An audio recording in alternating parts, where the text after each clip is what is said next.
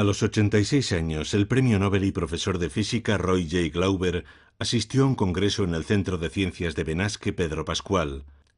Allí nos enteramos de que era el único científico vivo que había trabajado en la división teórica del proyecto Manhattan en Los Álamos, que dio como resultado la construcción de la primera bomba atómica. La última narración fidedigna de los hechos que cambiaron nuestro mundo debía conservarse.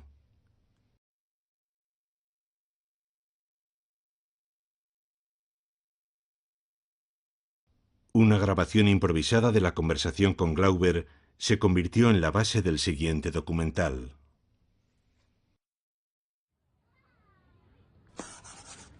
Empecé muy pronto.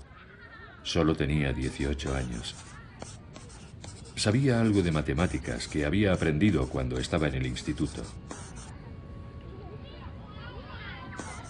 Aquello me permitió saltarme los cursos elementales de la carrera en la universidad.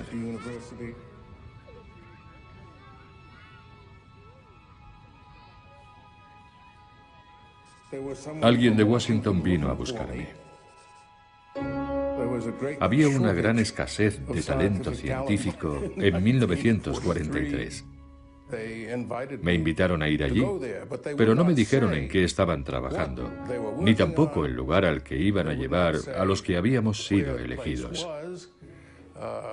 Debíamos enviar todas nuestras posesiones a algo llamado Apartado de Correos 1663 en Santa Fe, Nuevo México. Esa era la única pista. Así que enviamos nuestras cosas por ferrocarril al apartado de correos 1663, que por supuesto era una dirección ficticia. Esa es la historia.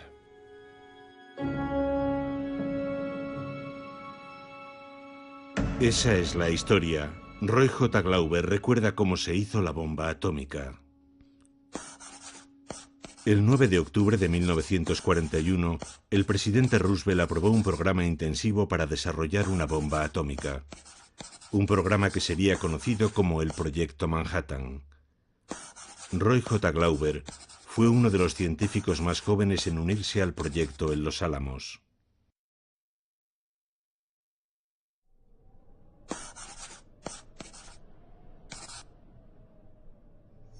Estábamos aislados, en medio de ninguna parte. El número de científicos allí reunidos en el momento de mi llegada no alcanzaría los 200. Habían sido divididos en grupos separados, dedicados a trabajos distintos, con objetivos diferentes. La dificultad de muchos de los problemas rozaba el ridículo.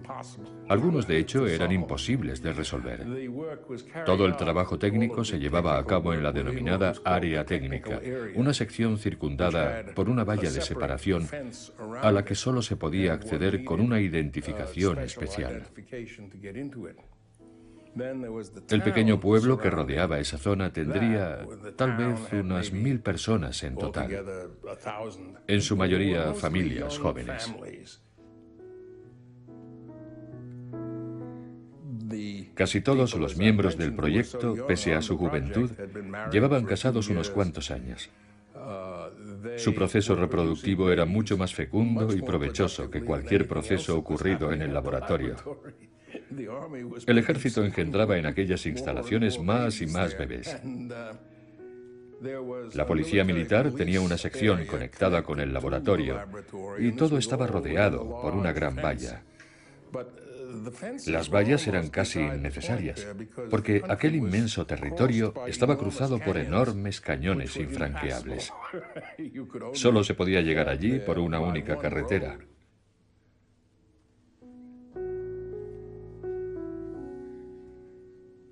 Nos sentíamos un poco aislados, pero el clima era fantástico. Y hacer senderismo y pasear por el campo los fines de semana era algo maravilloso. Era un lugar extraordinario para la gente joven. ¿Que dónde comprábamos la comida? Bueno, el ejército garantizaba el suministro y había instalado una tienda de comestibles bien surtida. Y además veíamos películas. Las veíamos en el gimnasio, en un gran gimnasio de madera. Proyectaban largometrajes 3 noches a la semana. Y la entrada costaba 10 centavos. Luz que agoniza.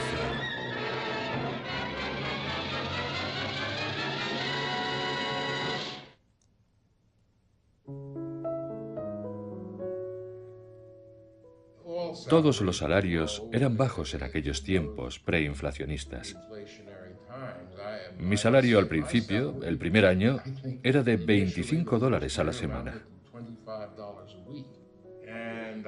De ahí tenía que separar una cantidad para pagar la comida. Me gastaba unos $14 a la semana, pero la comida era excelente. Además, los que no pertenecíamos al ejército debíamos pagar el alquiler a una especie de agencia gubernamental. No recuerdo cuánto era, tal vez unos $20 al mes.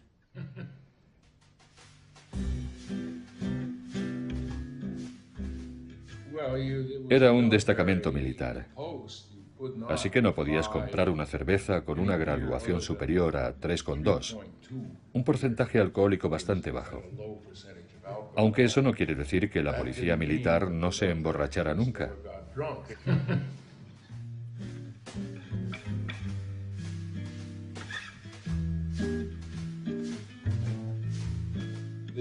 En las fiestas a las que asistían muchas personas, no había una cantidad significativa de alcohol, pero al menos sí había una ponchera. Era un lugar donde te proveían de todo, te lo hacían todo. No tenías otra cosa que hacer que levantarte por la mañana, entrar en el recinto, hacer tu trabajo en el área técnica y volver. ¿Y qué hacías entonces? Si tenías familia, estaba claro. Pero muchos de nosotros no la teníamos. Éramos solteros, que compartíamos los dormitorios. Así que íbamos al cine cuando había sesión, o escuchábamos la débil señal radiofónica que llegaba desde Albuquerque. También leíamos mucho, debo reconocerlo. Creo que nunca en toda mi vida había leído tanto. Había una división teórica dirigida por Hans Bethe. Yo estaba en un grupo dirigido por Robert Serber. Y el problema que teníamos asignado era la difusión de neutrones. Debíamos seguir el procedimiento para encontrar la masa crítica del uranio 235 y del plutonio, y averiguar cuáles eran las masas críticas y cuánto dependían esas masas críticas de la materia circundante susceptible de interferir en el proceso. Si ponemos material en dispersión alrededor de una esfera que contiene material fisionable, la masa crítica disminuirá. También debíamos estudiar el caso opuesto, cómo una masa supercrítica podía desencadenar una multiplicación exponencial. Yo resolví muchos de aquellos problemas. No era un puesto que presentara un gran desafío. Eran problemas matemáticos bien definidos que casi podía resolver mientras leía el periódico. La atmósfera era muy buena. Nos informaban de todos los avances. El laboratorio trataba de evitar que la información se filtrara al exterior y hacían grandes esfuerzos para conseguirlo. Pero el intercambio de ideas entre los científicos que trabajábamos en el proyecto era extraordinario. Algo impensable en primera instancia, cuando el general Groves asumió el mando del proyecto. El general defendía la idea de que nadie debía saber nada de lo que los demás estaban haciendo. Pero Oppenheimer y los científicos jefes consiguieron persuadirle, tras muchas dificultades, de que esa manera de proceder no funcionaría nunca, y de que el progreso depende de que todos los que trabajen en la resolución de un problema contribuyan con sus ideas.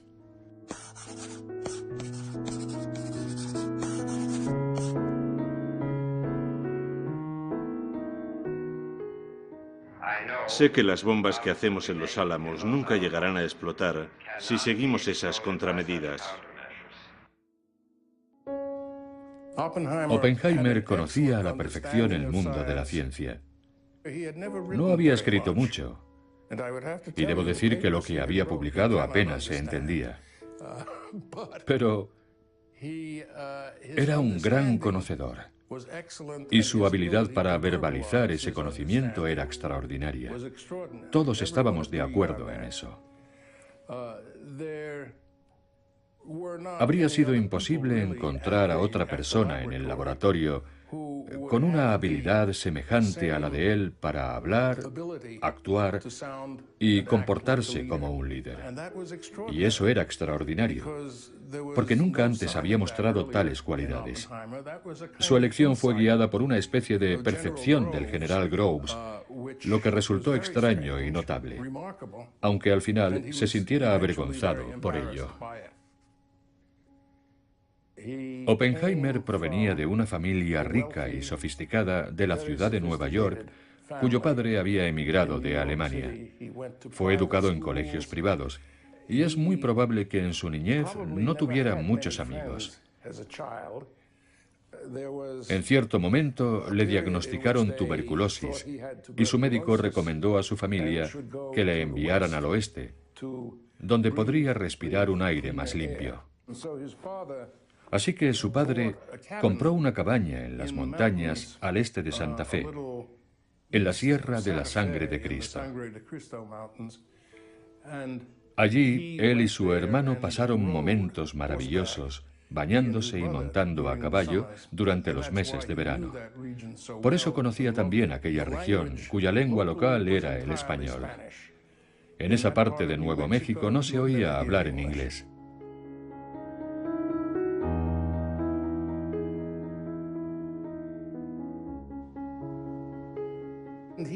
Había aprendido sánscrito en la universidad, y gracias al conocimiento de esta lengua, desarrolló un gran interés por las escrituras hindúes y lo que él creía un conocimiento muy profundo de esa cultura. Por supuesto, sus enseñanzas estaban muy presentes en sus conversaciones, a menudo salpicadas con citas del dios Vishnu. Y no tenías más remedio que respetarlo. ¿Qué otra cosa podías hacer? Era muy culto. Y además leía con fluidez en 3 idiomas. Su interés literario era muy superior a la media imperante en el complejo de los Álamos. Los investigadores, en su mayoría, éramos norteamericanos primitivos, cuando no cavernícolas. Éramos personas que hacían cosas prácticas de manera práctica y carecíamos de aquellos intereses intelectuales románticos, algo que en él nos resultaba divertido, pero que también respetábamos. Es la primera vez que lo he visto, pero desearía mantenerlo en secreto, ya que hemos invertido 50 millones en esa prueba. El general Groves era un militar no demasiado bien informado en muchos campos. Tenía un conocimiento nulo de la ciencia y pensaba que la mayoría de los físicos estaban locos. Sin embargo, pronto comprendió que necesitaba a alguien que pudiera hablar con él, le informara de todo lo que necesitaba saber para el éxito del proyecto y al mismo tiempo inspirara respeto a toda aquella cuadrilla de extraños científicos. Y debo decir que, aunque entre el equipo de los Álamos había mentes extraordinarias, Oppenheimer era la única persona que podía encajar en aquel papel. Groves y Oppenheimer trabajaron juntos y compenetrados, de un modo que yo nunca pude entender, porque Groves no era el tipo de persona que Oppenheimer habría elegido como amigo o colaborador. Pero sentía que tenía la responsabilidad de seguir informando a Groves y de asegurarse de que éste tomara las decisiones correctas, y lo hizo. No creo que hubiera allí nadie más que pudiese haberlo hecho. Lo que ocurrió entre ellos fue probablemente muy intenso y en cualquier caso muy privado. Nunca lo hicieron público. pero lograron crear una especie de personalidad conjunta, algo que resultó muy beneficioso para el proyecto de Los Álamos.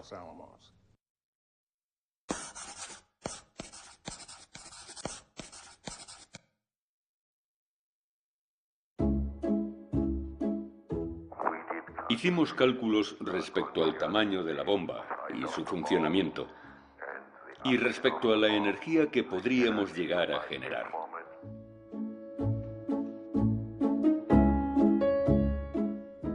Bethe era en muchos sentidos la persona más extraordinaria del proyecto. Poseía una especie de versatilidad teórica que resultaba impresionante. Podía calcular cualquier cosa, incluso problemas complicados con 2 o 3 incógnitas, utilizando operaciones sencillas.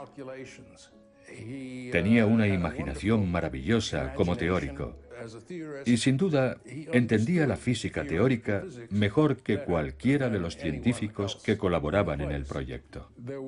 Había otros dotados de un gran talento en esta materia, pero ninguno de ellos era comparable a él. Esta revolución, la revolución del cerebro electrónico, fue iniciada por Johnny von Neumann. Edward Teller era un jefe rival. Cuando me incorporé al proyecto de Los Álamos, vi el nombre de Teller escrito con tiza al lado de un despacho vacío. Teller, cuando fue informado de que no sería el líder de la división teórica, se enfadó mucho. Se fue muy contrariado y desapareció durante un mes o 2. Cuando volvió, Oppenheimer le animó a formar un grupo propio, una división comandada por él que no estaría a las órdenes de Bethe. Esa división tendría una única tarea: tratar de encontrar un modo de iniciar una reacción termonuclear utilizando el deuterio, un isótopo estable del hidrógeno. Teller comenzó a trabajar y se desvinculó por completo del resto del laboratorio. Era un hombre que disfrutaba siendo arrogante, y el pequeño grupo que comenzó a dirigir apenas alcanzó algunos logros. Su éxito seguía siendo casi inexistente cuando yo abandoné el proyecto a finales de 1945. Algo que mucha gente que estudia física y viene de las matemáticas no aprecia es que la física y las matemáticas no son la misma cosa. La una complementa a la otra. Richard Feynman había estudiado en el Instituto Tecnológico de Massachusetts, donde incluso ganó competiciones matemáticas. Era inteligente y muy rápido. Después, como estudiante de posgrado, se doctoró en Princeton. Sus cualidades le empujaron a desarrollar una creciente imagen pública, una chispeante manera de presentarse ante el mundo como alguien brillante y diferente. Feynman era una fuente inagotable de historias divertidas. Se convirtió en un hombre espectáculo. Cuando acudías a una de sus conferencias, sabías que ibas a presenciar un acto original, ameno y ocurrente, que haría comentarios graciosos sobre algunos espectadores, que contaría chistes y que haría todo lo posible para que salieras sonriendo con la sensación de que nunca habías visto nada igual. Sin duda causaba una gran impresión. Adoraba ese tipo de historias en las que cada nuevo personaje era aún más estúpido que el anterior. Contaba sus chistes en el almuerzo y entretenía a todo el mundo en la mesa. Yo almorcé con él muchísimos días, aunque debo reconocer que, después de oír algunas de estas historias, más o menos adornadas por tercera o cuarta vez, terminaron aburriéndome. Sin embargo, seguían mejorando, y siempre había un germen de verdad en cada una de ellas. Más adelante, contó muchas de esas historias al hijo de un físico, Ralph Layton, que también era escritor. Y aquello dio origen al libro ¿Está usted de broma, señor Feynman? Y a una segunda recopilación de todos aquellos ocurrentes relatos que contó y adornó a lo largo de los años. Y debo reconocer que en los libros de Layton eran aún más divertidos que los originales.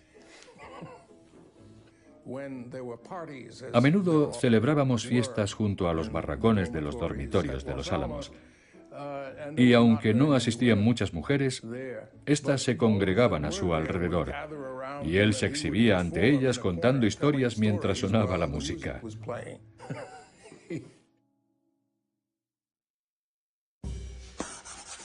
¿Qué están haciendo allí?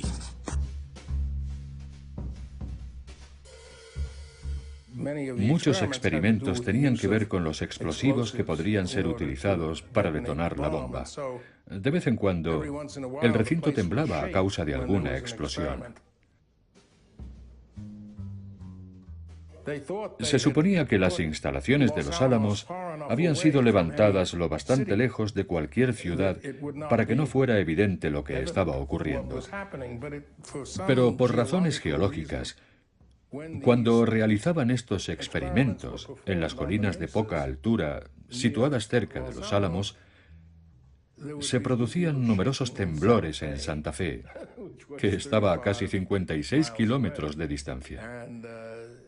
Algo que despertó la curiosidad de sus habitantes, que comenzaron a preguntarse qué estaba ocurriendo en Los Álamos.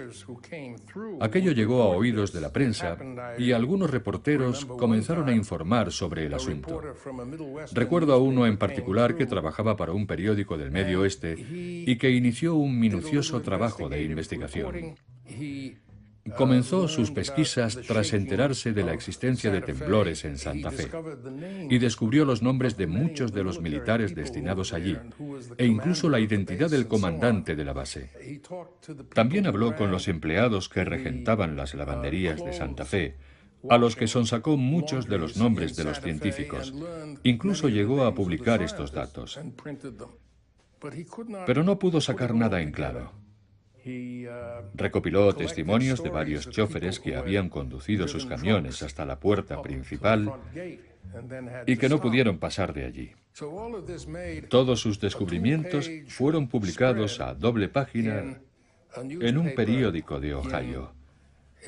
Tal vez fuera en Toledo o Akron, no recuerdo el pueblo.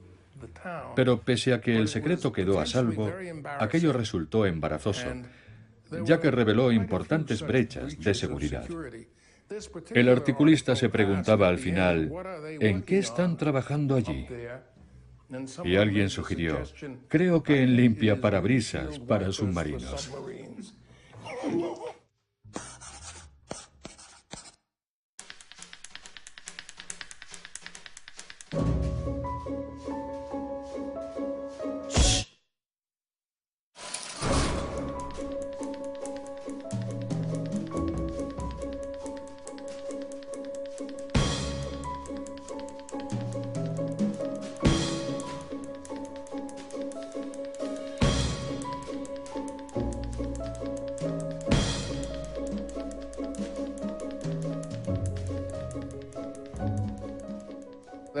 Tenían mucho cuidado con el lenguaje y evitaban la utilización de palabras como bomba, un término que nadie pronunciaba dentro del recinto.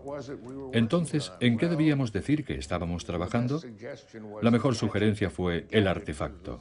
El artefacto era el sinónimo de la bomba nuclear. La intención era que no significara nada para el personal no autorizado.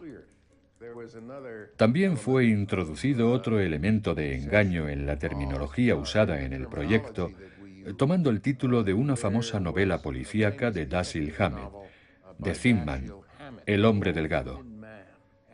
Por otra parte, todos sabíamos que cuando la bomba esférica de implosión de plutonio fuese creada, esta tendría un aspecto voluminoso, por lo que a la primera bomba la llamaron el hombre delgado y a la otra el hombre gordo, o The Fat Man.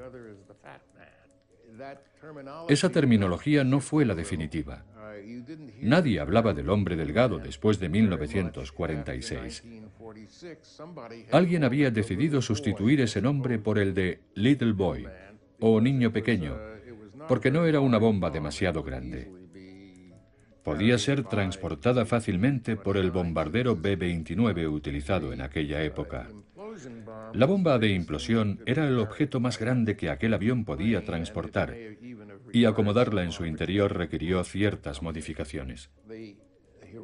La bomba de Hiroshima era un objeto largo y delgado, en cuyo interior se alojaba un cañón. Este disparaba un cilindro de uranio 235 hacia un blanco del mismo material situado en el morro.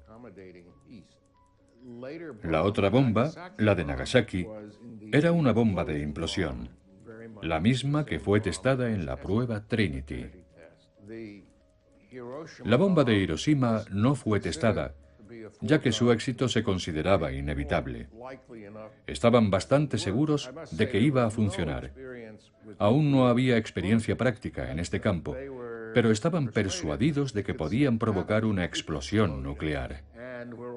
Así que comenzaron a transportar partes de la bomba que estallaría en Hiroshima a la isla Tinian.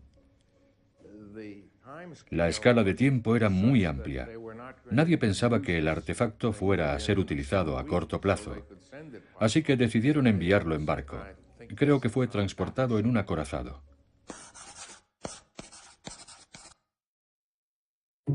Trinity, el amanecer de la era atómica. Trinity fue el nombre en clave elegido por Oppenheimer para el ensayo y el emplazamiento de la primera explosión nuclear provocada por el hombre. Oppenheimer fue influido por los poemas de John Donne. En Occidente y Oriente, en todos los mapas, yo soy uno, uno solo, y la muerte toca la resurrección.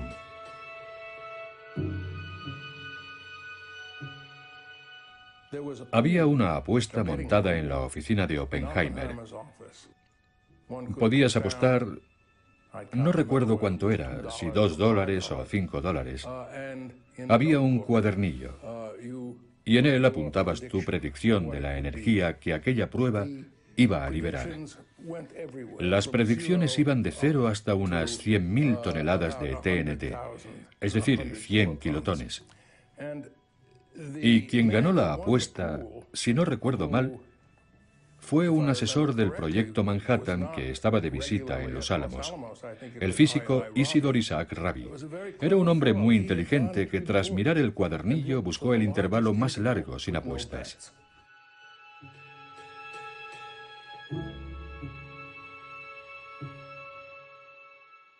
La gente no tiene sentimientos fundamentales de gratitud.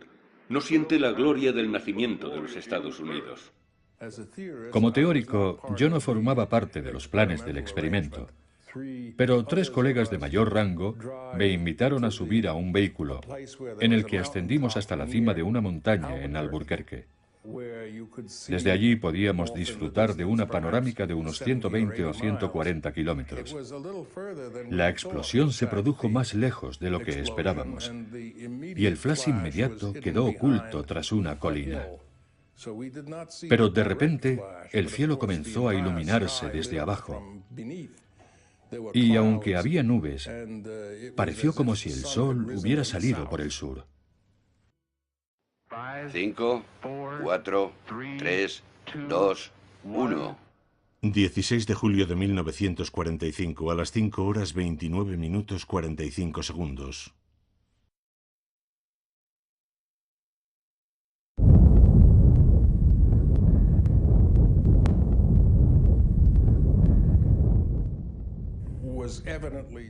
Aquello era el resultado de 2 años de conversaciones y experimentos.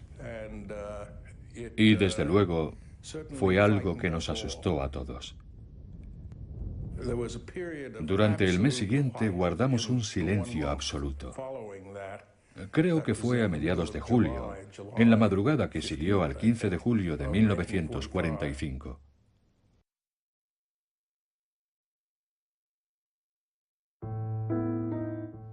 Es la materia prima de la era atómica. Los depósitos de uranio descubiertos podrán abastecernos de energía durante miles de años. Enrico Fermi era un hombre con mucho talento que creía en simplificar las cosas, en utilizar métodos sencillos e inteligentes. Así que cuando vio aquella luz cegadora, comenzó a dejar caer pequeños trozos de papel. Él sabía que la onda expansiva desplazaría esos minúsculos fragmentos de papel, lo que le permitiría calcular con cierta exactitud la eficacia y la energía de aquella gigantesca explosión. Y sus cálculos fueron bastante acertados. Japón. No hubo un solo signo de desacuerdo o protesta en Los Álamos. Estábamos en una base militar, en calidad de invitados, pero también éramos empleados. Nosotros trabajábamos allí y sentíamos que debíamos permanecer callados. Hicimos una declaración conjunta que más tarde tuvo alguna repercusión. Pero todos sabíamos que los únicos científicos que podían significarse en todo aquello eran los destinados en Chicago. Allí no estaban en ninguna base militar. Disfrutaban de mucha más libertad. Si el código del silencio del general Groves se hubiera mantenido, en Chicago ni siquiera habrían sabido en qué estaban trabajando. Pero varios de los científicos más importantes sabían muy bien que habían suministrado los medios para la construcción de las bombas. Así que fueron a Washington de inmediato. Y de repente se hicieron muy populares. El Congreso quería escuchar a todas aquellas personas. Nosotros, en Los Álamos, no estábamos solo bajo el control de los militares. También estábamos bajo el mando de Oppenheimer, que nos había recomendado de forma expresa que guardáramos silencio. Oppenheimer creía en aquellos momentos que, si nos manteníamos callados, habría personas prudentes en Washington que tomarían las decisiones adecuadas. La mayoría de nosotros deseaba hacer una declaración, dejar constancia de lo que pensábamos, pero la contestación fue firme y rotunda. Los militares nos dejaron muy claro que no pensaban aceptar recomendaciones de ningún tipo. Tenían un arma nueva, querían mostrarla y querían usarla. Pensaban que si la guerra terminaba sin víctimas, aquello sería una gran equivocación, un error estratégico que traería consecuencias y que lamentarían en el futuro. Querían una victoria completa y absoluta. Y si aquello significaba causar bajas en el bando enemigo, bueno, al fin y al cabo estaban salvando vidas norteamericanas, porque la única alternativa era que Estados Unidos invadiera Japón.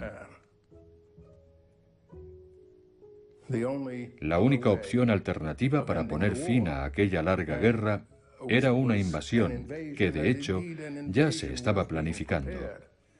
Un gigantesco despliegue militar que habría tenido lugar meses más tarde y habría requerido invadir una isla tras otra. Así que tomaron esa decisión. Nunca llegué a conocer los porcentajes de las votaciones en aquellos comités, pero al final nos comunicaron que ese era el resultado.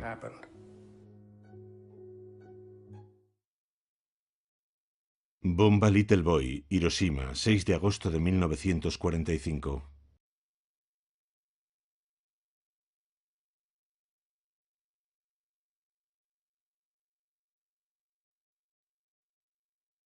Bomba Fat Man, Nagasaki, 9 de agosto de 1945.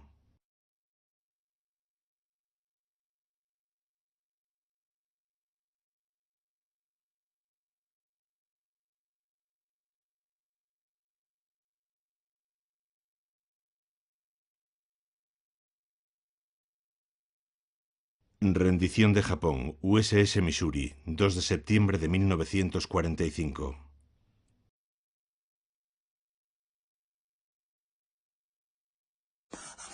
No hubo alegría. No hubo ninguna muestra de alegría tras la explosión de la bomba. Al menos ninguna que yo supiera.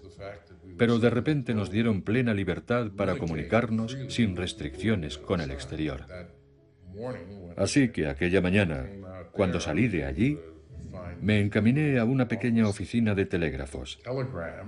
Y allí cursé un telegrama de unas 5 palabras a mis padres, que ni siquiera habían oído la noticia en el momento de la recepción. Por aquel entonces los telegramas se leían por teléfono. No lo repartían muchachos montados en bicicletas, que es la imagen popular que todos tenemos en la cabeza. Escucharon el texto a primera hora y no comprendían lo que significaba porque aún no habían leído el periódico ni escuchado la radio. Incluso se asustaron al escuchar algo como «Soy yo, mamá».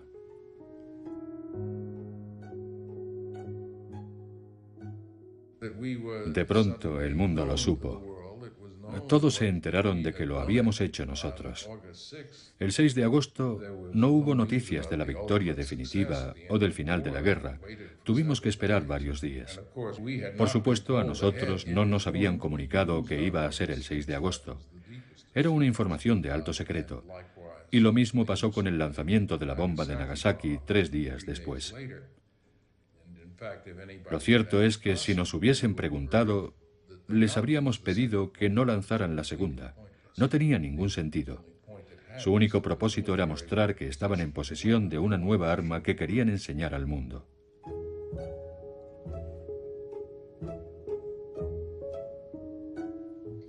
No debemos olvidar que ataques aéreos tan destructivos como aquel, e incluso más crueles, eran algo rutinario. Tenían lugar todos los días.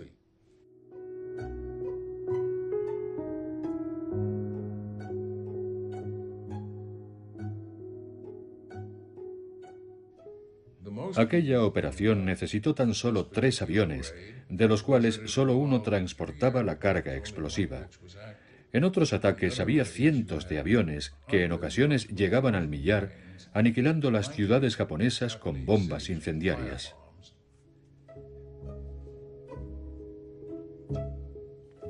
Asistir y socorrer a tantas víctimas que en Nagasaki ascendieron a decenas de miles, me temo que no era algo extraordinario. Ya había ocurrido en la guerra de Europa mucho antes. Y hay una pregunta muy interesante para la que no tengo una respuesta clara. Si hubiéramos logrado fabricar la bomba unos meses antes, ¿habría sido utilizada en Europa? ¿Y cuándo, cómo y dónde? Podríamos debatirlo una y otra vez porque es una cuestión muy complicada.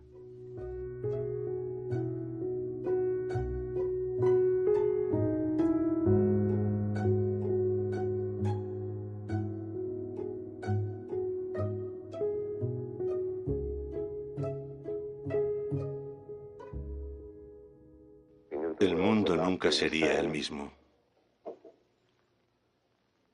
Algunos rieron. Otros lloraron. La mayoría guardó silencio. Recuerdo una frase de las escrituras hindúes, del Bhagavad Gita. Vishnu está intentando persuadir al príncipe para que cumpla con su deber. Y para impresionarlo, toma su forma con múltiples brazos y dice: me he convertido en la muerte, en el destructor de mundos. Supongo que todos pensamos más o menos lo mismo.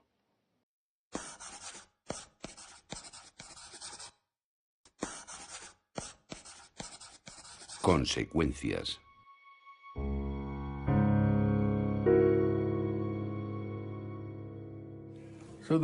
Los últimos meses de 1945 fueron extraños e intensos. Los científicos que trabajaban en Chicago, e incluso unos pocos de Oak Ridge, fueron a Washington con la intención de explicar al Congreso todo lo que sabían sobre las armas nucleares. Los científicos de Los Álamos permanecimos muy callados porque estábamos viviendo en una base militar y porque Oppenheimer pensaba que si nos manteníamos callados, todo iría bien. Sentíamos un gran respeto por el ministro de Defensa Henry L. Stimson y confiábamos en Oppenheimer. Pero al final, el debate sobre el rumbo que debía tomar la producción de armas estratégicas se encendió tanto que ya no pudimos permanecer más tiempo en silencio. y elaboramos una declaración para el presidente Truman, que aunque nunca se hizo pública, se convirtió en la base de la declaración presentada por el propio Harry Truman, en la que expresaba el deseo de Estados Unidos de instaurar un control internacional de la energía atómica y las armas nucleares. Fuimos influyentes en ese sentido. Una vez hecha la declaración, varios científicos de Los Álamos fueron a Washington para defender el caso directamente. Durante los 2 años siguientes se realizaron grandes esfuerzos para la creación de una autoridad que garantizara el control de la energía atómica en Norteamérica y en el ámbito internacional. Hubo propuestas magníficas, pero ninguna de ellas llegó a buen puerto. Los rusos siempre ponían obstáculos en el camino. Primero querían desarrollar el arma ellos mismos. Ya habría tiempo después para empezar a hablar.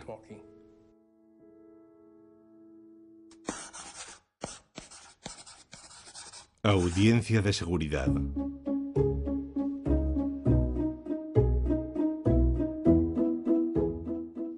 En los años inmediatos de posguerra, Oppenheimer fue una figura singular en Norteamérica. Personajes de todo rango y condición querían conocerle y ser vistos y fotografiados junto a él. Le entrevistaban, le idolatraban, como se suele decir. Continuamente veía su foto en todas partes. Era un héroe norteamericano. Pronto se convirtió en alguien muy influyente. Oppenheimer daba su opinión, y esta tenía un gran poder de persuasión en el mundo científico. Pero también había otras personas muy influyentes en Norteamérica. Y algunas de ellas manifestaban abiertamente su desconfianza hacia Rusia. Proclamaban que nunca se podría alcanzar un acuerdo con ellos y que lo único que el país podía hacer era armarse hasta los dientes. Edward Teller, que había mantenido ese punto de vista desde el principio, seguía intentando persuadir a los dirigentes de Washington de que incrementaran su esfuerzo armamentístico y fabricaran un arma termonuclear, la bomba de hidrógeno. Los científicos rusos terminaron fabricando esa bomba, y aquello aterrorizó a todo el mundo. Truman no tuvo otra opción. Tuvo que lanzarse hacia adelante a toda velocidad para que su país dispusiera cuanto antes de la bomba de hidrógeno. Es probable que el hombre clave de este proyecto, el que jugó el papel más importante y decisivo, fuera el matemático polaco Stanisław Ulam. Ulam había demostrado ser un matemático muy hábil en el razonamiento abstracto cuando estaba en Los Álamos, que es cuando yo le conocí mejor. Desarrolló una habilidad práctica para hacer cálculos reales con problemas de ignición, en primer lugar, y más tarde con problemas de difusión. Y todo parece indicar que, en última instancia, desempeñó el papel más importante en el desarrollo del arma, entre 1951 y 1952, año en el que se realizó la primera prueba en el Pacífico. Teller, mientras tanto, continuaba trabajando en contra de la opinión de Oppenheimer, que había manifestado una y otra vez, esto fue en el período del 47 al 49, que no necesitábamos una reacción termonuclear. No solo no sabíamos cómo construirla, sino que tampoco la necesitábamos. Para Teller, todo aquello era una sarta de tonterías. Había que construir la bomba de hidrógeno, y cuanto más grande mejor. Estaba decidido a crear el arma definitiva. Los estadounidenses, con un espíritu, digamos, más primitivo, las personas menos sofisticadas, comenzaron a inclinarse hacia las ideas de Teller. Hubo un verdadero enfrentamiento. El político al que nombraron director de energía atómica era Louis Strauss, al que llamaban almirante pese a no haber servido nunca en la Marina. Strauss consideraba que su deber era construir la superbomba en el menor tiempo posible. Y comenzó a sentir que Oppenheimer quería tomarse aquello con demasiada calma. La verdad es que Oppenheimer se mostraba bastante apático. Aquello generó un conflicto. Oppenheimer tenía una forma de ser bastante arrogante y a menudo era despectivo con las personas que no estaban de acuerdo con él, a no ser que rebatieran su opinión con argumentos sólidos y brillantes. Louis Strauss se sintió insultado por la displicencia de Oppenheimer y poco a poco intentó disminuir su extenso radio de influencia. Al final, tuvo que recurrir a una maniobra no demasiado ética: poner en duda su lealtad. Oppenheimer había cometido muchos errores como intelectual romántico. Había hablado con personas equivocadas y había mantenido conexiones que podían ser consideradas sospechosas y desleales. Los conspiradores se cebaron con Oppenheimer y en el año 1954, creo recordar, celebraron un gran juicio por deslealtad. Un proceso sin precedentes en la historia legal norteamericana. Fue un procedimiento en el que inventaron sobre la marcha sus propias reglas legales. Incluso pincharon su teléfono y grabaron todas las conversaciones que mantuvo con sus abogados. En cierto modo, fue poco inteligente por parte de Oppenheimer permitir que ocurriera esto. Podría haber renunciado a su acreditación de lealtad y desligarse de los proyectos. Y pasado algún tiempo, es probable que hubiera sido rehabilitado. Pero lo celebrado allí fue un gran proceso dramático amañado en el que su deslealtad ya estaba acordada. Y eso era una tontería.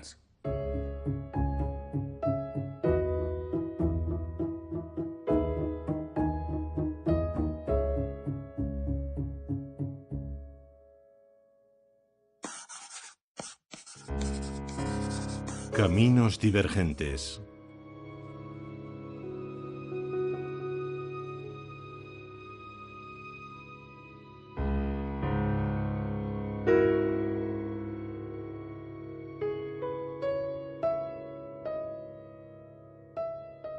No me gustaba la idea de seguir trabajando en secreto. Ya no la encontraba atractiva. Por otra parte, descubrí que mis colegas competían duramente unos contra otros para entrar. Era su manera de conseguir poder e influencia. Y esa no era la clase de poder e influencia que yo quería. Sentía que ya había estado allí, que no quería hacer esa clase de cosas. Y veía a todos aquellos personajes empeñados en fabricar la bomba de hidrógeno, algo que entonces me parecía inútil, y hoy continúa pareciéndomelo. La construcción de la bomba termonuclear nunca tuvo ningún sentido, salvo convertirse en la peor de las amenazas. No es un arma apta para destruir nada que quieras destruir. Fue una locura desde el principio. El mundo sería mejor si nunca la hubieran desarrollado.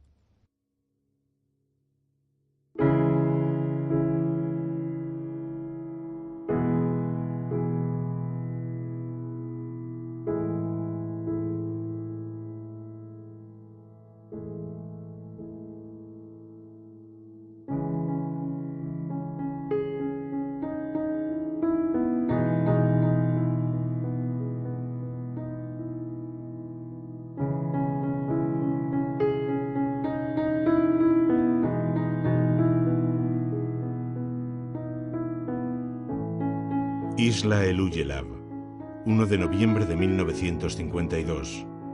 Operación Ivy.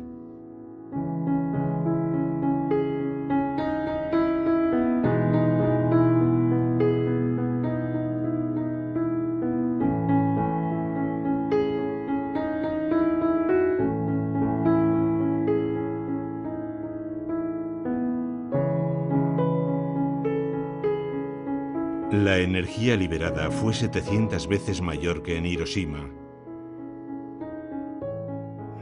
Yo me desligué del proyecto. Y después de 1945 no quise tener ninguna relación con aquel asunto. Enrico Fermi recibió el Nobel en 1938 por demostrar la existencia de nuevos elementos radiactivos producidos por la irradiación de neutrones.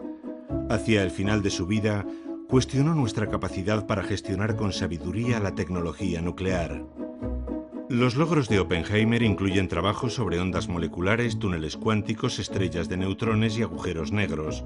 Víctima del macartismo, recibió en 1953 el premio Enrico Fermi de manos del presidente Kennedy en un esfuerzo por rehabilitar su figura. El general Gross fue nombrado jefe del proyecto de armas especiales en 1947. Justo antes de su retiro, un año después, fue nombrado teniente general de forma retroactiva desde el 16 de julio de 1945, fecha de la prueba nuclear Trinity. Stanislav Ulam, además de sus contribuciones a la bomba termonuclear, destacó en los campos de informática, matemáticas y biología. Fue uno de los fundadores de los métodos de simulación de Monte Carlo. Isidor Isaac Rabi recibió el Nobel en 1944 por la creación de la resonancia magnética. En sus últimos días, fue examinado en una máquina de última tecnología basada en su investigación. Nunca pensé que mi trabajo se convertiría en esto, declaró. Richard Feynman recibió el Nobel en 1965 por ser uno de los fundadores de la electrodinámica cuántica. Su ingenio y su incansable enfoque crítico ante el conocimiento establecido lo convirtieron en un científico famoso. Edward Teller se negó a trabajar con el grupo de Bethe en Los Álamos. Tras la guerra, presionó con vehemencia para que se iniciara la fabricación de la bomba de hidrógeno. En 1954 testificó contra Oppenheimer. Hans Bethe recibió el Nobel en 1967 por sus estudios teóricos de las reacciones nucleares y especialmente por sus descubrimientos de la producción de energía en las estrellas. Tras la guerra, fue una voz destacada contra la proliferación de las armas nucleares. Roy J. Glauber fue uno de los científicos más jóvenes de Los Álamos. Trabajó en los cálculos de la masa crítica durante 2 años y tras su marcha se licenció en Harvard en 1946. Glauber recibió el Nobel en 2005 por su contribución a la teoría cuántica de coherencia óptica. Esa es la historia.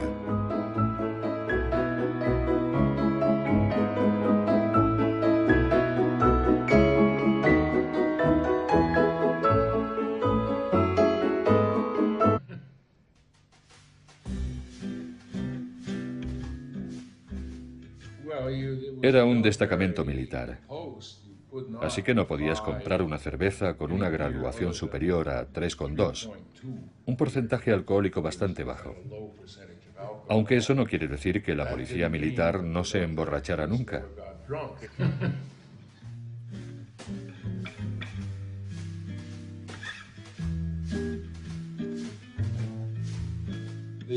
En las fiestas a las que asistían muchas personas, no había una cantidad significativa de alcohol, pero al menos sí había una ponchera.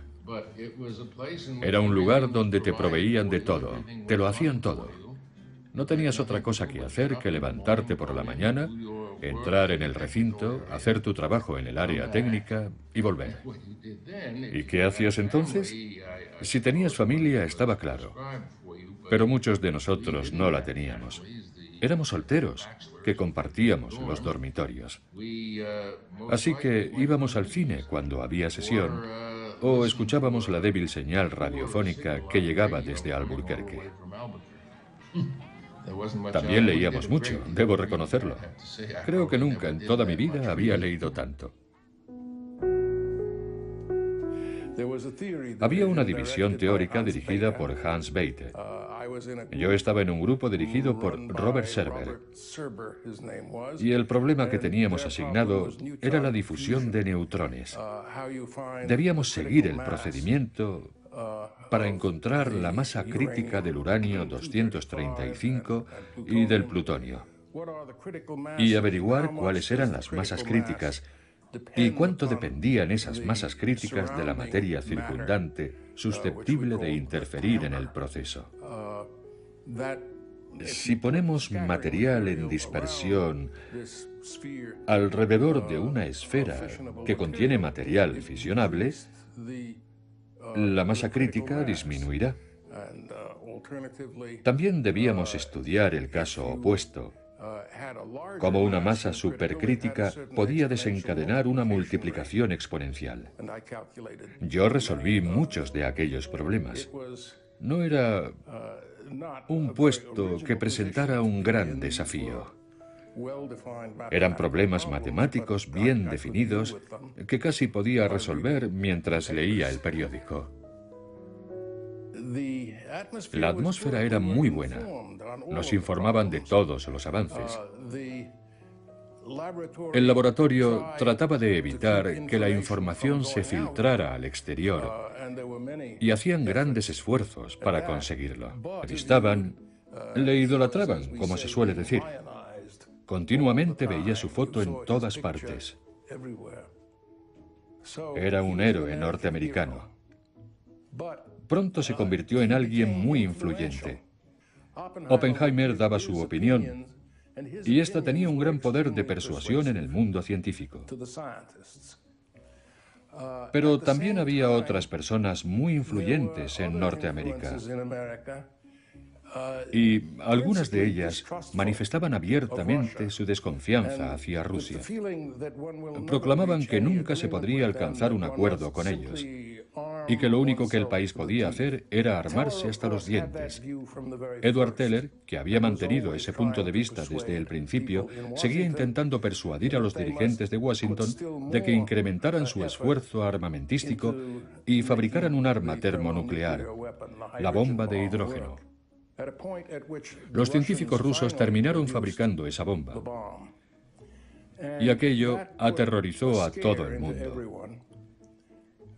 Truman no tuvo otra opción. Tuvo que lanzarse hacia adelante a toda velocidad para que su país dispusiera cuanto antes de la bomba de hidrógeno. Es probable que el hombre clave de este proyecto, el que jugó el papel más importante y decisivo, fuera el matemático polaco Stanisław Ulam. Ulam había demostrado ser un matemático muy hábil en el razonamiento abstracto cuando estaba en Los Álamos, que es cuando yo le conocí mejor. Desarrolló una habilidad práctica para hacer cálculos reales con problemas de ignición, en primer lugar, y más tarde con problemas de difusión. Y todo parece indicar que, en última instancia, desempeñó el papel más importante en el desarrollo del arma, entre 1951 y 1952, año en el que se realizó la primera prueba en el Pacífico. Teller, mientras tanto, continuaba trabajando en contra de la opinión de Oppenheimer, que había manifestado una y otra vez, esto fue en el período del 47 al 49, que no necesitábamos una reacción termonuclear. No solo no sabíamos cómo construirla, sino que tampoco la necesitábamos. Para Teller, todo aquello era una sarta de tonterías. Había que construir la bomba de hidrógeno, y cuanto más grande mejor. Estaba decidido a crear el arma definitiva. Los estadounidenses, con un espíritu, digamos, más primitivo, las personas menos sofisticadas, comenzaron a inclinarse hacia las ideas de Teller. Hubo un verdadero enfrente, $25 a la semana. De ahí tenía que separar una cantidad para pagar la comida. Me gastaba unos $14 a la semana, pero la comida era excelente. Además, los que no pertenecíamos al ejército debíamos pagar el alquiler a una especie de agencia gubernamental. No recuerdo cuánto era, tal vez unos $20 al mes.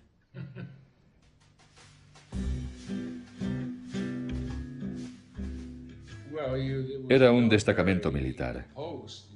Así que no podías comprar una cerveza con una graduación superior a 3,2, un porcentaje alcohólico bastante bajo. Aunque eso no quiere decir que la policía militar no se emborrachara nunca.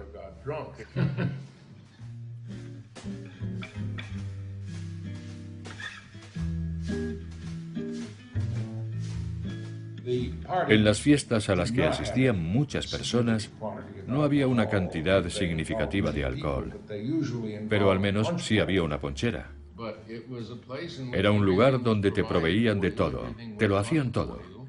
No tenías otra cosa que hacer que levantarte por la mañana, entrar en el recinto, hacer tu trabajo en el área técnica y volver. ¿Y qué hacías entonces? Si tenías familia, estaba claro. Pero muchos de nosotros no la teníamos. Éramos solteros, que compartíamos los dormitorios. Así que íbamos al cine cuando había sesión, o escuchábamos la débil señal radiofónica que llegaba desde Albuquerque. También leíamos mucho, debo reconocerlo. Creo que nunca en toda mi vida había leído tanto. Había una división teórica dirigida por Hans Bethe. Yo estaba en un grupo dirigido por Robert Serber. Y el problema que teníamos asignado era la difusión de neutrones. Debíamos seguir el procedimiento para encontrar la masa crítica del uranio 235 y del plutonio, y averiguar cuáles eran las masas críticas y cuánto dependían esas masas críticas de la materia circundante susceptible de interferir en el proceso. Si ponemos material en dispersión alrededor de una esfera que contiene material fisionable, la masa crítica disminuirá. También debíamos estudiar el caso opuesto, cómo una masa supercrítica podía desencadenar una multiplicación exponencial. Yo resolví muchos de aquellos problemas. No era un puesto que presentara un gran desafío, circundada por una valla de separación a la que solo se podía acceder con una identificación especial. El pequeño pueblo que rodeaba esa zona tendría tal vez unas 1000 personas en total, en su mayoría familias jóvenes.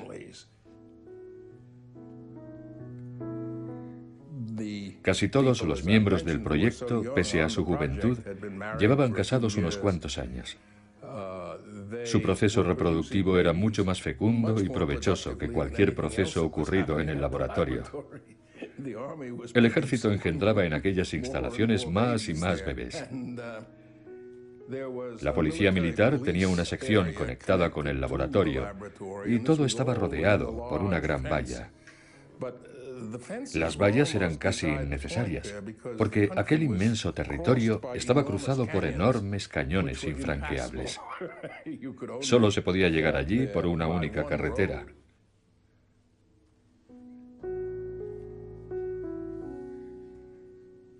Nos sentíamos un poco aislados, pero el clima era fantástico.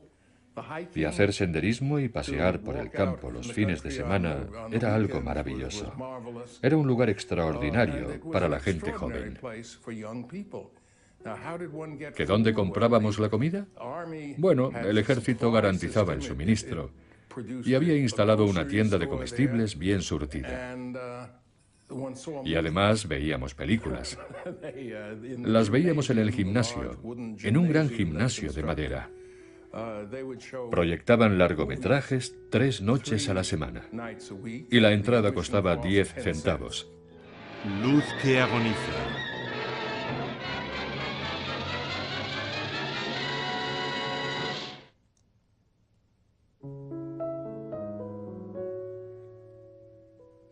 Todos los salarios eran bajos en aquellos tiempos preinflacionistas. Mi salario al principio, el primer año, era de $25 a la semana. De ahí tenía que separar una cantidad para pagar la comida. Me gastaba unos $14 a la semana, pero la comida era excelente. Además, los que no pertenecíamos al ejército debíamos pagar el alquiler a una especie de agencia gubernamental. No recuerdo cuánto era, tal vez unos $20 al mes.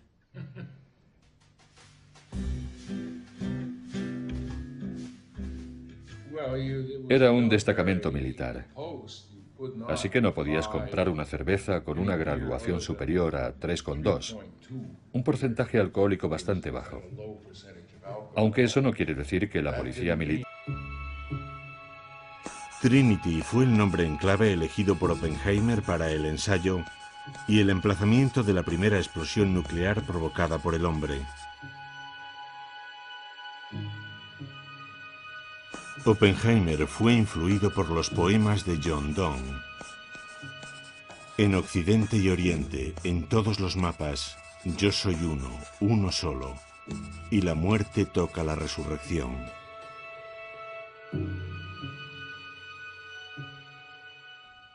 Había una apuesta montada en la oficina de Oppenheimer. Podías apostar, no recuerdo cuánto era, si $2 o $5. Había un cuadernillo y en él apuntabas tu predicción de la energía que aquella prueba iba a liberar. Las predicciones iban de 0 hasta unas 100.000 toneladas de TNT, es decir, 100 kilotones. Y quien ganó la apuesta, si no recuerdo mal, fue un asesor del proyecto Manhattan que estaba de visita en Los Álamos, el físico Isidor Isaac Rabi. Era un hombre muy inteligente que tras mirar el cuadernillo buscó el intervalo más largo sin apuestas.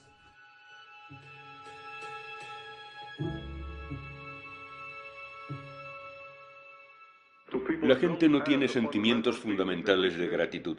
No siente la gloria del nacimiento de los Estados Unidos.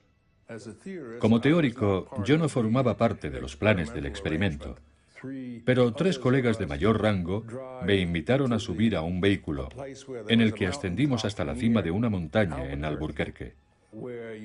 Desde allí podíamos disfrutar de una panorámica de unos 120 o 140 kilómetros. La explosión se produjo más lejos de lo que esperábamos, y el flash inmediato quedó oculto tras una colina. Pero de repente, el cielo comenzó a iluminarse desde abajo, y aunque había nubes, pareció como si el sol hubiera salido por el sur. 5, 4, 3, 2, 1. 16 de julio de 1945, a las 5 horas 29 minutos 45 segundos.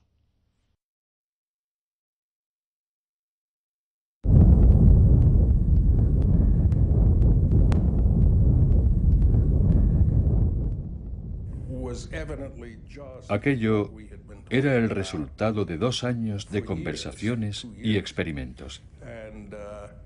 Y desde luego fue algo que nos asustó a todos. Durante el mes siguiente guardamos un silencio absoluto. Creo que fue... Está intentando persuadir al príncipe para que cumpla con su deber. Y para impresionarlo, toma su forma con múltiples brazos y dice: me he convertido en la muerte, en el destructor de mundos. Supongo que todos pensamos más o menos lo mismo.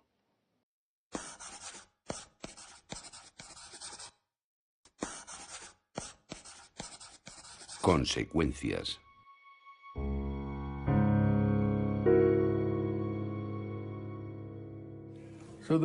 Los últimos meses de 1945 fueron extraños e intensos. Los científicos que trabajaban en Chicago, e incluso unos pocos de Oak Ridge, fueron a Washington con la intención de explicar al Congreso todo lo que sabían sobre las armas nucleares. Los científicos de Los Álamos permanecimos muy callados porque estábamos viviendo en una base militar y porque Oppenheimer pensaba que si nos manteníamos callados, todo iría bien. Sentíamos un gran respeto por el ministro de Defensa Henry L. Stimson y confiábamos en Oppenheimer. Pero al final, el debate sobre el rumbo que debía tomar la producción de armas estratégicas se encendió tanto que ya no pudimos permanecer más tiempo en silencio. Y elaboramos una declaración para el presidente Truman, que aunque nunca se hizo pública, se convirtió en la base de la declaración presentada por el propio Harry Truman, en la que expresaba el deseo de Estados Unidos de instaurar un control internacional de la energía atómica y las armas nucleares. Fuimos influyentes en ese sentido. Una vez hecha la declaración, varios científicos de Los Álamos fueron a Washington para defender el caso directamente. Durante los 2 años siguientes se realizaron grandes esfuerzos para la creación de una autoridad que garantizara el control de la energía atómica en Norteamérica y en el ámbito internacional. Hubo propuestas magníficas, pero ninguna de ellas llegó a buen puerto. Los rusos siempre ponían obstáculos en el camino. Primero querían desarrollar el arma ellos mismos. Ya habría tiempo después para empezar a hablar.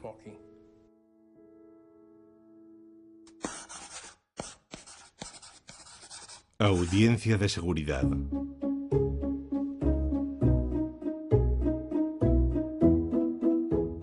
En los años inmediatos de posguerra, Oppenheimer fue una figura singular en Norteamérica. Fueron juntos y compenetrados de un modo que yo nunca pude entender, porque Groves no era el tipo de persona que Oppenheimer habría elegido como amigo o colaborador. Pero sentía que tenía la responsabilidad de seguir informando a Groves y de asegurarse de que éste tomara las decisiones correctas. Y lo hizo. No creo que hubiera allí nadie más que pudiese haberlo hecho.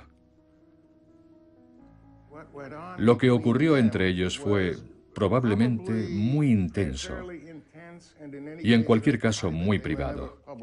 Nunca lo hicieron público, pero lograron crear una especie de personalidad conjunta, algo que resultó muy beneficioso para el proyecto de Los Álamos.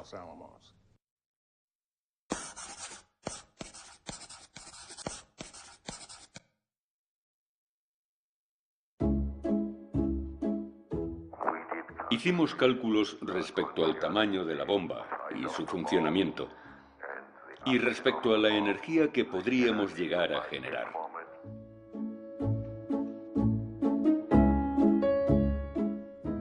Bethe era en muchos sentidos la persona más extraordinaria del proyecto. Poseía una especie de versatilidad teórica que resultaba impresionante. Podía calcular cualquier cosa, incluso problemas complicados con 2 o 3 incógnitas, utilizando operaciones sencillas. Tenía una imaginación maravillosa como teórico, y sin duda entendía la física teórica mejor que cualquiera de los científicos que colaboraban en el proyecto. Había otros dotados de un gran talento en esta materia, pero ninguno de ellos era comparable a él. Esta revolución, la revolución del cerebro electrónico, fue iniciada por Johnny von Neumann. Edward Teller era un jefe rival. Cuando me incorporé al proyecto de Los Álamos, vi el nombre de Teller escrito con tiza al lado de un despacho vacío. Teller, cuando fue informado de que no sería el líder de la división teórica, se enfadó mucho. Se fue muy contrariado y desapareció durante 1 mes o 2. Cuando volvió, Oppenheimer le animó a formar un grupo propio, una división comandada por él que no estaría a las órdenes de Bethe. Esa división tendría una única tarea: tratar de encontrar un modo de iniciar una reacción termonuclear utilizando el deuterio, un isótopo estable del hidrógeno. Teller comenzó a trabajar y se desvinculó por completo del resto. Había estudiado en el Instituto Tecnológico de Massachusetts, donde incluso ganó competiciones matemáticas. Era inteligente y muy rápido. Después, como estudiante de posgrado, se doctoró en Princeton. Sus cualidades le empujaron a desarrollar una creciente imagen pública, una chispeante manera de presentarse ante el mundo como alguien brillante y diferente. Feynman era una fuente inagotable de historias divertidas. Se convirtió en un hombre espectáculo. Cuando acudías a una de sus conferencias, sabías que ibas a presenciar un acto original, ameno y ocurrente, que haría comentarios graciosos sobre algunos espectadores, que contaría chistes, y que haría todo lo posible para que salieras sonriendo con la sensación de que nunca habías visto nada igual. Sin duda causaba una gran impresión. Adoraba ese tipo de historias en las que cada nuevo personaje era aún más estúpido que el anterior. Contaba sus chistes en el almuerzo y entretenía a todo el mundo en la mesa. Yo almorcé con él muchísimos días, aunque debo reconocer que, después de oír algunas de estas historias, más o menos adornadas por tercera o cuarta vez, terminaron aburriéndome. Sin embargo, seguían mejorando, y siempre había un germen de verdad en cada una de ellas. Más adelante, contó muchas de esas historias al hijo de un físico, Ralph Layton, que también era escritor. Y aquello dio origen al libro ¿Está usted de broma, señor Feynman? Y a una segunda recopilación de todos aquellos ocurrentes relatos que contó y adornó a lo largo de los años. Y debo reconocer que en los libros de Layton eran aún más divertidos que los originales. A menudo celebrábamos fiestas junto a los barracones de los dormitorios de Los Álamos. Y aunque no asistían muchas mujeres, éstas se congregaban a su alrededor, y él se exhibía ante ellas contando historias mientras sonaba la música.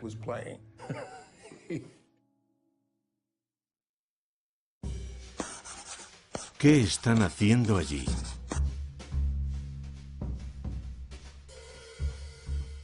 Muchos experimentos tenían que ver con los explosivos que podrían ser utilizados para detonar la bomba. De vez en cuando, el recinto temblaba a causa de alguna explosión. Se suponía que las instalaciones de Los Álamos habían sido levantadas lo bastante lejos de cualquier ciudad para que no fuera evidente lo que estaba ocurriendo. Pero por razones geológicas, cuando realizaban estos experimentos, y su habilidad para verbalizar ese conocimiento era extraordinaria, todos estábamos de acuerdo en eso. Habría sido imposible encontrar a otra persona en el laboratorio con una habilidad semejante a la de él para hablar, actuar y comportarse como un líder. Y eso era extraordinario, porque nunca antes había mostrado tales cualidades. Su elección fue guiada por una especie de percepción del general Groves, lo que resultó extraño y notable, aunque al final se sintiera avergonzado por ello. Oppenheimer provenía de una familia rica y sofisticada de la ciudad de Nueva York, cuyo padre había emigrado de Alemania. Fue educado en colegios privados, y es muy probable que en su niñez no tuviera muchos amigos. En cierto momento le diagnosticaron tuberculosis, y su médico recomendó a su familia que le enviaran al oeste, donde podría respirar un aire más limpio. Así que su padre compró una cabaña en las montañas al este de Santa Fe, en la Sierra de la Sangre de Cristo. Allí, él y su hermano pasaron momentos maravillosos, bañándose y montando a caballo durante los meses de verano. Por eso conocía también aquella región, cuya lengua local era el español. En esa parte de Nuevo México no se oía hablar en inglés.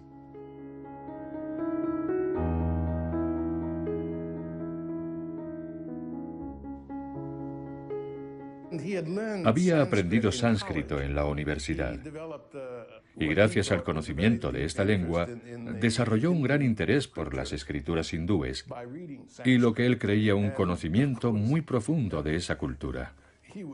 Por supuesto, sus enseñanzas estaban muy presentes en sus conversaciones, a menudo salpicadas con citas del dios Vishnu. Y no tenías más remedio que respetarlo. ¿Qué otra cosa podías hacer? Era muy culto, y además leía con fluidez en 3 idiomas. Su interés literario era muy superior a la media imperante en el complejo de Los Álamos. Los investigadores, en su mayoría, éramos norteamericanos primitivos, cuando no cavernícolas. Éramos personas que hacían cosas prácticas de manera práctica y carecíamos de aquellos intereses intelectuales románticos. algo que en él nos resultaba divertido, pero que también respetábamos. Es la primera De verdad en cada una de ellas. Más adelante, contó muchas de esas historias al hijo de un físico, Ralph Layton, que también era escritor. Y aquello dio origen al libro ¿Está usted de broma, señor Feynman? Y a una segunda recopilación de todos aquellos ocurrentes relatos que contó y adornó a lo largo de los años. Y debo reconocer que en los libros de Layton eran aún más divertidos que los originales.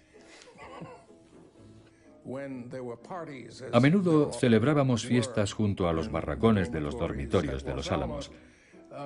Y aunque no asistían muchas mujeres, éstas se congregaban a su alrededor, y él se exhibía ante ellas contando historias mientras sonaba la música.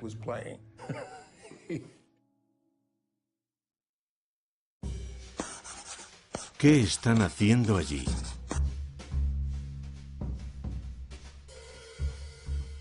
Muchos experimentos tenían que ver con los explosivos que podrían ser utilizados para detonar la bomba. De vez en cuando, el recinto temblaba a causa de alguna explosión. Se suponía que las instalaciones de Los Álamos habían sido levantadas lo bastante lejos de cualquier ciudad para que no fuera evidente lo que estaba ocurriendo. Pero por razones geológicas, cuando realizaban estos experimentos en las colinas de poca altura, situadas cerca de Los Álamos, se producían numerosos temblores en Santa Fe, que estaba a casi 56 kilómetros de distancia. Algo que despertó la curiosidad de sus habitantes, que comenzaron a preguntarse qué estaba ocurriendo en Los Álamos. Aquello llegó a oídos de la prensa y algunos reporteros comenzaron a informar sobre el asunto. Recuerdo a uno en particular que trabajaba para un periódico del Medio Oeste y que inició un minucioso trabajo de investigación. Comenzó sus pesquisas tras enterarse de la existencia de temblores en Santa Fe y descubrió los nombres de muchos de los militares destinados allí e incluso la identidad del comandante de la base. También habló con los empleados que regentaban las lavanderías de Santa Fe, a los que sonsacó muchos de los nombres de los científicos. Incluso llegó a publicar estos datos. Pero no pudo sacar nada en claro. Recopiló testimonios de varios choferes que habían conducido sus camiones hasta la puerta principal y que no pudieron pasar de allí. Todos sus descubrimientos fueron publicados a doble página en un periódico de Ohio. Tal vez fuera en Toledo o Akron, no recuerdo el pueblo. Estas se congregaban a su alrededor, y él se exhibía ante ellas contando historias mientras sonaba la música.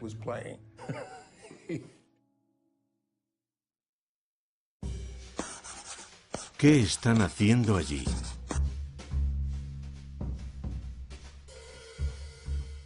Muchos experimentos tenían que ver con los explosivos que podrían ser utilizados para detonar la bomba. De vez en cuando, el recinto temblaba a causa de alguna explosión. Se suponía que las instalaciones de Los Álamos habían sido levantadas lo bastante lejos de cualquier ciudad para que no fuera evidente lo que estaba ocurriendo. Pero por razones geológicas, cuando realizaban estos experimentos en las colinas de poca altura, situadas cerca de Los Álamos, se producían numerosos temblores en Santa Fe, que estaba a casi 56 kilómetros de distancia. Algo que despertó la curiosidad de sus habitantes, que comenzaron a preguntarse qué estaba ocurriendo en Los Álamos. Aquello llegó a oídos de la prensa y algunos reporteros comenzaron a informar sobre el asunto. Recuerdo a uno en particular que trabajaba para un periódico del Medio Oeste y que inició un minucioso trabajo de investigación. Comenzó sus pesquisas tras enterarse de la existencia de temblores en Santa Fe y descubrió los nombres de muchos de los militares destinados allí e incluso la identidad del comandante de la base. También habló con los empleados que regentaban las lavanderías de Santa Fe, a los que sonsacó muchos de los nombres de los científicos. Incluso llegó a publicar estos datos. Pero no pudo sacar nada en claro. Recopiló testimonios de varios choferes que habían conducido sus camiones hasta la puerta principal y que no pudieron pasar de allí. Todos sus descubrimientos fueron publicados a doble página en un periódico de Ohio. Tal vez fuera en Toledo o Akron, no recuerdo el pueblo.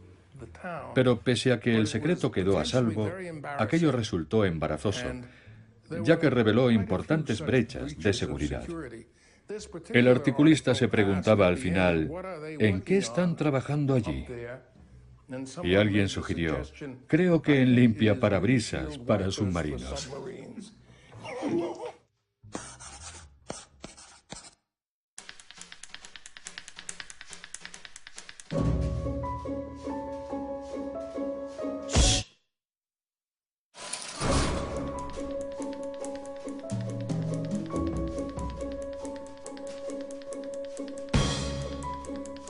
Terminaron aburriéndome. Sin embargo, seguían mejorando. Y siempre había un germen de verdad en cada una de ellas. Más adelante, contó muchas de esas historias al hijo de un físico, Ralph Layton, que también era escritor. Y aquello dio origen al libro ¿Está usted de broma, señor Feynman? Y a una segunda recopilación de todos aquellos ocurrentes relatos que contó y adornó a lo largo de los años. Y debo reconocer que en los libros de Layton eran aún más divertidos que los originales. A menudo celebrábamos fiestas junto a los barracones de los dormitorios de Los Álamos. Y aunque no asistían muchas mujeres, éstas se congregaban a su alrededor, y él se exhibía ante ellas contando historias mientras sonaba la música.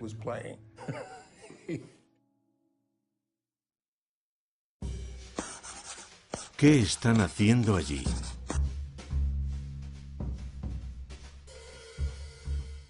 Muchos experimentos tenían que ver con los explosivos que podrían ser utilizados para detonar la bomba. De vez en cuando, el recinto temblaba a causa de alguna explosión. Se suponía que las instalaciones de Los Álamos habían sido levantadas lo bastante lejos de cualquier ciudad para que no fuera evidente lo que estaba ocurriendo. Pero por razones geológicas, cuando realizaban estos experimentos en las colinas de poca altura, situadas cerca de Los Álamos, se producían numerosos temblores en Santa Fe, que estaba a casi 56 kilómetros de distancia. Algo que despertó la curiosidad de sus habitantes, que comenzaron a preguntarse qué estaba ocurriendo en Los Álamos. Aquello llegó a oídos de la prensa y algunos reporteros comenzaron a informar sobre el asunto. Recuerdo a uno en particular que trabajaba para un periódico del Medio Oeste y que inició un minucioso trabajo de investigación.